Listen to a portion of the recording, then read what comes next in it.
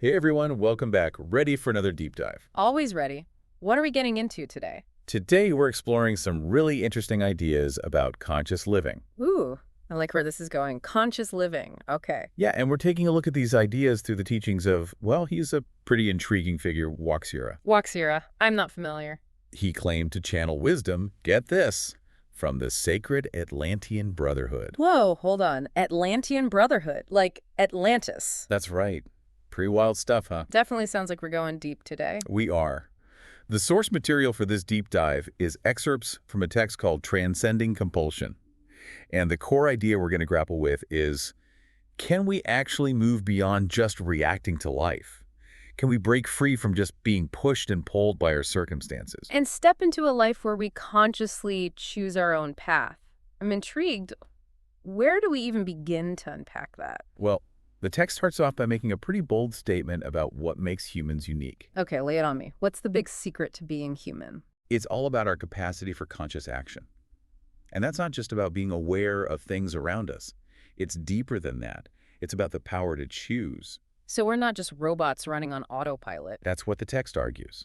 We're not just pre-programmed to react in a certain way. Yeah. We can actually pause, reflect, and then decide how we want to respond based on, well, what we believe to be true. So we're not just passengers on this ride called life. We're actually in the driver's seat. Exactly. And that's what makes humans stand out, in the grand scheme of things. Unlike animals, we're not solely driven by instincts. We can actually rewrite the script of our lives. Instead of blindly following the one that's, supposedly already written for us. It's a powerful concept. But how does this Atlantean Brotherhood fit into all of this? Right. They introduce a fascinating concept that sort of lays the foundation for this conscious living idea. They believe in a single unifying consciousness. A single consciousness, meaning... Okay, think of it like the internet. We have all these separate devices, right? But they're all connected through this invisible network. Yeah, I get that. So you're saying the Brotherhood believed there's a similar connection, but between all beings? Exactly. Like some kind of universal energy field that flows through everything. Whoa. Okay, that is a pretty mind-blowing concept. But I see where you're going with this. If we're all connected like that, then our choices, well, they must have a ripple effect. They impact more than just ourselves. You got it. And the text suggests that the more we understand this interconnectedness, the harder it becomes to act out of pure self-interest. Because we start to see ourselves as part of something much larger. And that shifts our motivations, our behaviors. Exactly. But that's just the tip of the iceberg. The text goes deeper, exploring how we can actually make that shift from being ruled by compulsions to embracing conscious living. Okay, so how do we do it? How do we break free from these compulsions? Because transcending compulsion, it's a pretty tall order. It is. And the Brotherhood suggests that the journey begins with, first of all, becoming aware of our compulsions. Awareness. Makes sense. But what kind of compulsions are we talking about here? They actually break it down into two main types: physical compulsions and mental compulsions. Physical and mental. Give me some examples. Well, physical compulsions would be things like, overeating. Yeah. Or substance abuse, things we do with our bodies that we feel driven to do even if they're not good for us. Okay, so that's the physical. What about the mental compulsions? Mental compulsions, those are more about our thought patterns, like those repetitive negative thoughts that just keep swirling in our heads, or anxieties and fears that keep us stuck. So how do we actually break free from these things, both the physical and the mental? Well, the text mentions a specific technique. It's a breathing exercise called the Atlantean flame, and it's designed to help us become aware of our compulsions as they're happening. Interesting. So we can catch ourselves in the act, so to speak. Precisely. It creates a space, a pause between the impulse and the action. And in that space, we have the chance to choose a different response.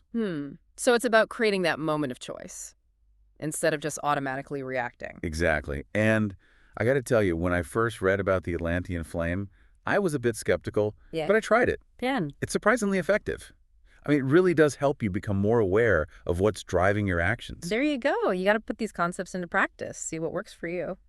Now, remember that other mind-blowing idea, the one about consciousness shaping reality? Oh, yeah.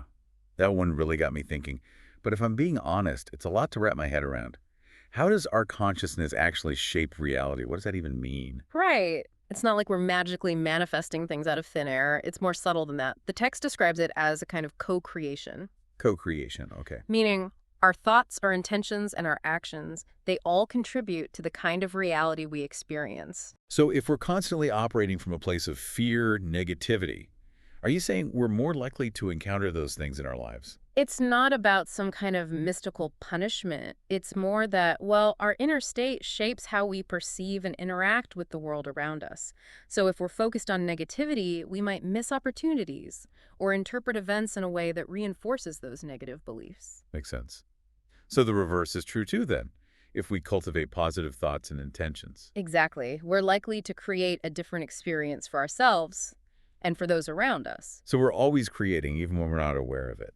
But this whole conscious living thing, it's not about reaching some kind of perfect state, right? No, not at all. It's a journey, an ongoing process. So we're always learning, always evolving. It's not about becoming some kind of spiritual superhero overnight.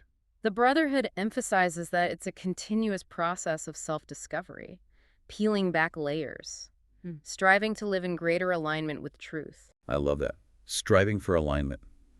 This has been a truly fascinating exploration of some, I'll admit, pretty complex ideas. Definitely complex, but also incredibly empowering.